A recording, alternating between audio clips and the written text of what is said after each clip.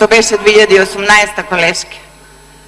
Колешке, мислев дека само на министерот треба да му објаснам што е разликата помеѓу интервентен фонд и субвенции, но очигледно и вам. За какви субвенции вие воопшто зборувате? По оваа година земјоделските производи скапуваа на нивата. Дали вие знаете дека немаше откуп на сливи, дека лубениците скапуваа, доматите скапуваа? Дали знаете со кои цени се одеше на пазарот? Цените на големо во 2018 за килограм домат беше 6 денари.